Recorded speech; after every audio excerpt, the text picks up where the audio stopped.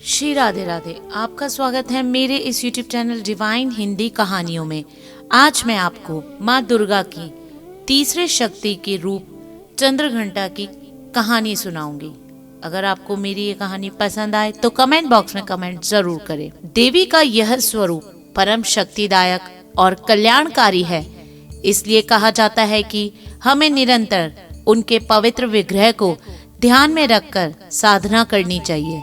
उनका ध्यान हमारे इस लोक और परलोक दोनों के लिए कल्याणकारी और सिद्धि देने वाला है।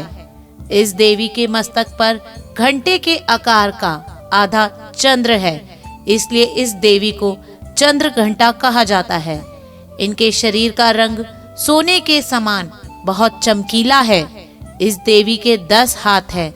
वे खड्ग और अन्य शस्त्र अस्त्र से विभूषित है। सिंह पर सवार इस देवी की मुद्रा युद्ध के लिए उद्धत रहने की है। इसके घंटे सी भयानक ध्वनि से अत्याचारी दानव दैत्य और राक्षस कांपते रहते हैं। नवरात्रि में तीसरे दिन इसी देवी की पूजा का महत्व है। इस देवी की कृपा से साधक को अलौकिक वस्तुओं के दर्शन होते हैं, दिव्य सुगंधियों का अनुभव होता है और कई तरह की ध्वनियां सुनाई देने लगती है। इन क्षणों में साधक को बहुत सावधान रहना चाहिए। इस देवी की आराधना से साधक में वीरता और निर्भयता के साथ ही सौम्यता और विनम्रता का विकास होता है। इसलिए हमें चाहिए कि मन, वचन और कर्म के साथ ही काया को विहित विधि विधान के अनुसार परिशुद्ध पवित्र करके चंद्रघंटा के शरणागत होकर उनकी उपासना आराधना करनी चाहिए। इससे सारे कष्टों से मुक्त होकर सहज ही परम पद के अधिकारी बन सकते हैं। यह देवी कल्याणकारी है। चंद्रघंटा की कथा। देवताओं और असुरों के बीच लंबे समय तक युद्ध चला। असुरों का स्वामी महिषासुर था। महिषासुर ने देवताओं पर विजय प्राप्त कर इंद्र का सिंहासन हिलाकर रख दिया और स्वर्गलोक पर अपना राज करने लगा। इसे देखकर सभी देवतागण परेशान हो गए और इस समस्या से निकलने का उपाय जानने के लिए त्रिदेव ब्रह्मा, विष्णु और महेश के पास गए।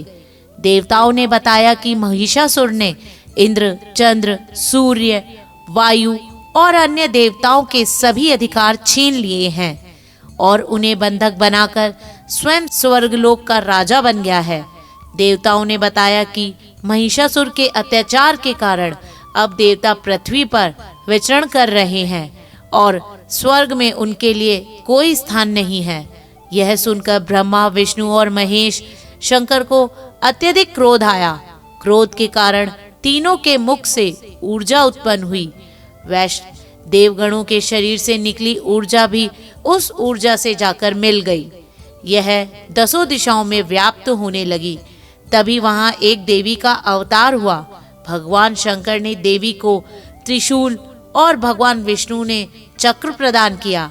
इसी प्रकार अन्य देवी देवताओं ने भी माता के हाथों में अस्त्र शस्त्र सजा दिए। इंद्र ने भी अपना वज्र और ऐरावत हाथी से उतरकर एक घंटा दिया। सूर्य ने अपना तेज और तलवार दिया और सवारी के लिए शेर दिया। देवी अब महिषासुर से युद्ध के लिए पूरी तरह से तैयार थी। उनका विशालकाय रूप देखकर महिषासुर यह समझ गया कि अब उसका काल आ गया है। महिषासुर ने अपनी सेना को देवी पर हमला करने को कहा। अन्य देवता और दानव भी दानवों के दल में युद्ध के लिए कूद पड़े। देवी ने एक ही झटके में ही दानवों का संहार कर दिया। इस युद्ध में महिषासुर तो मारा गया, साथ ही अन्य बड़े दानवों और राक्षसों का भी संहार मां ने कर दिया। इस तरह मां ने सभी देवताओं को असुरों से अभयदान दिलवाया। धन्यवाद। अगर आपको मेरी ये जानकारी पसंद आए तो मेरे इस चैनल को लाइक, सब्सक्राइब तथा शेयर करना ना भूले।